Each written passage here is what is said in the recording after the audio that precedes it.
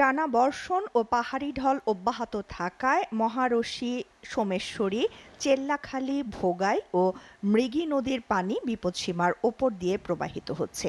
এতে শেরপুরের সার্বিক বন্যা পরিস্থিতির ব্যাপক অবনতি হয়েছে।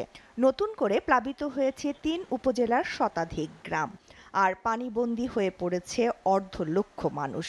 গত ৩৫ বছরের মধ্যে এমন ভয়াবহ বন্যা দেখেনি স্থানীয়রা। আমার মাছের ঘের হচ্ছে এখানে 10 একরের মতো, সবগুলোই বন্যায় কবলিত হয়েছে।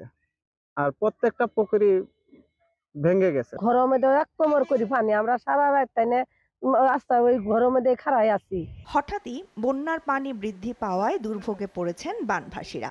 দেখা দিয়েছে বিশুদ্ধ খাবার পানি ও গোখাদ্যের সংকট। বাড়িঘর ছেড়ে উঁচু স্থানে আশ্রয় নিয়েছে অনেকে। এছাড়াও ত্রাণ সহায়তার দাবি জানিয়েছে স্থানীয়রা।